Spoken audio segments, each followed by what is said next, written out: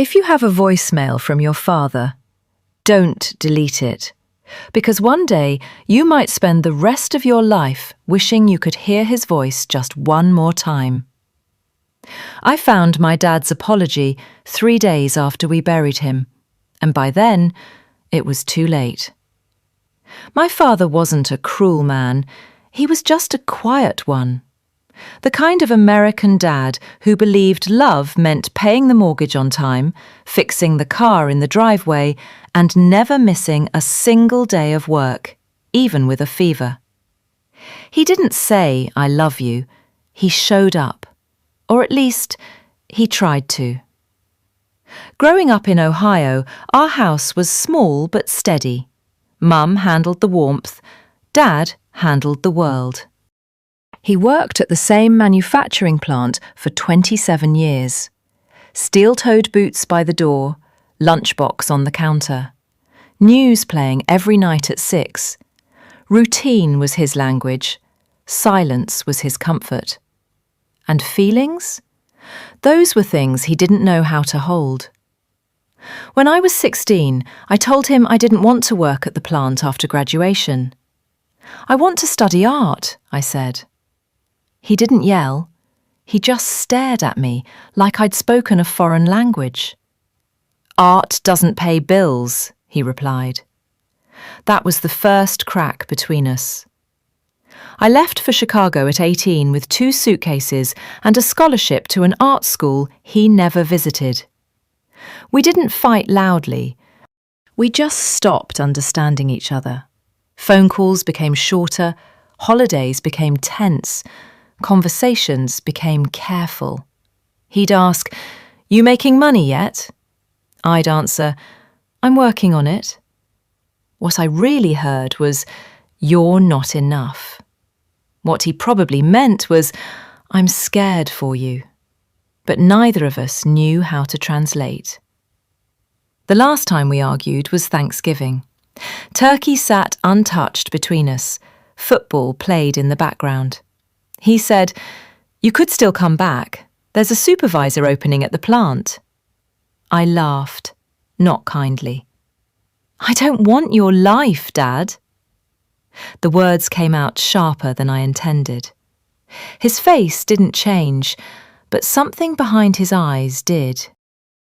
I left early that night, didn't hug him, didn't say goodbye.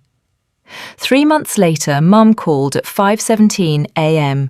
Heart attack, instant. He was gone before the ambulance arrived. At the hospital, I stood beside his still body. His hands looked smaller than I remembered, rough, cracked from years of work. Hands that built shelves for my room. Hands that taught me to ride a bike. Hands I pulled away from too many times.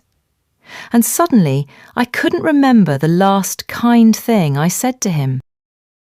The funeral was simple, flag folded carefully, factory friends in pressed shirts. Mum cried quietly. I didn't cry at all. I felt unfinished, like a sentence without a period. 3 days later, I went back to my parents' house to help Mum sort through his things. His boots were still by the door, his coffee mug still in the sink, his chair still slightly reclined. Grief hides in ordinary objects. I opened his desk drawer looking for insurance papers. Instead, I found an envelope, my name written on it, in his handwriting, blocky, careful, intentional. The envelope was unopened, stamped 2 months earlier.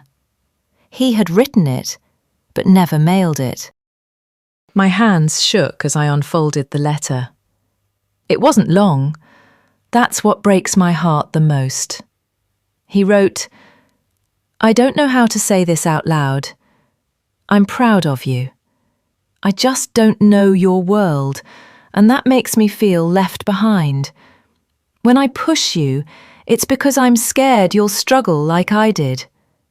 I never wanted you to carry steel your whole life. I wanted you to carry something lighter. I'm sorry if I made you think I didn't believe in you. I always did." I I read it 3 times. Then I sat on his office floor and cried like I was 6 years old again. He wasn't disappointed.